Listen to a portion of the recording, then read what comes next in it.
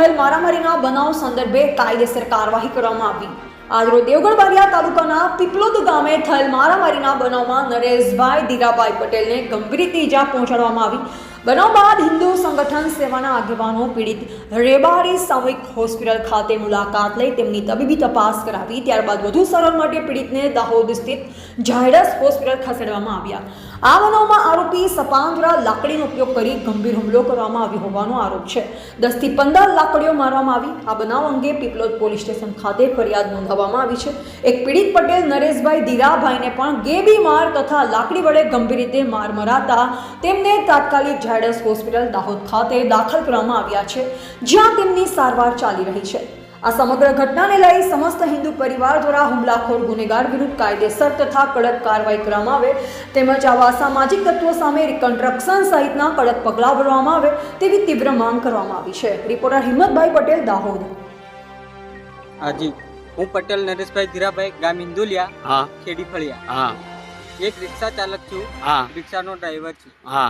હવે રિક્ષાનો ઇન્દોલિયાથી લઈ પીપલોદ આવું છું, અંતેલાથી પીપલોદ રોડ ઉપર ચલાવું છું ગાડી। તો અમારા એક ખેડી ફળિયા મોટા ફળિયા વાળો જે વિજયભાઈ કરીને એક છગડા વાળો છે, એની પાસે છગડો છે અને મારી પાસે રિક્ષા છે। તો પેસેન્જરની અમે જે પેસેન્જર ભરીએ છીએ એ રિક્ષા અમારે નીચે ઊભી રહે છે।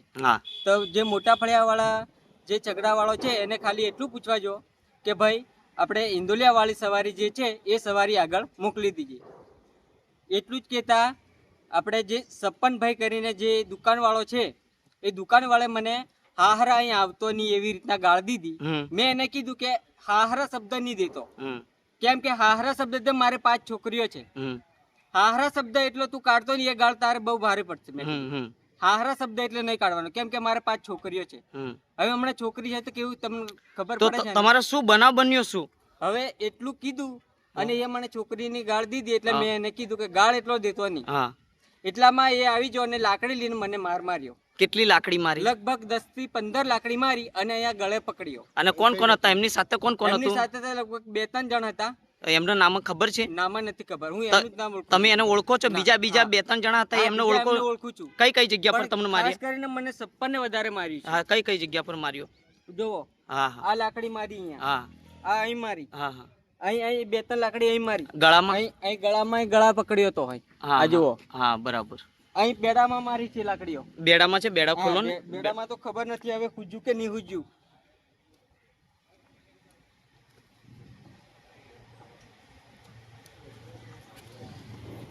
જો છે, બેડામાં તો નથી, બેડામાં નથી। અહીં પગે પણ માર્યું છે, જુઓ। હા, પગે માર્યું છે, પગે। હા, પગે છે।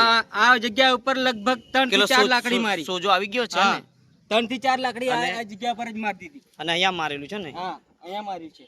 હા, કેટલી લાકડી અંદાજે કેટલી મારી? અંદાજે લગભગ 10 થી 15 લાકડી મારી જ દીધી મને। તો તમે ઝાપટ મારી એ તો અલગ। તમે પોલીસ સ્ટેશન ફરિયાદ કરવા આવ્યા છો? હા, પોલીસ સ્ટેશન ફરિયાદ જ કરવી છે। એફઆઈઆર જ કરવાની છે ને? કાયદેસરની કાર્યવાહી કરવાની ને? તમારી માંગ શું છે?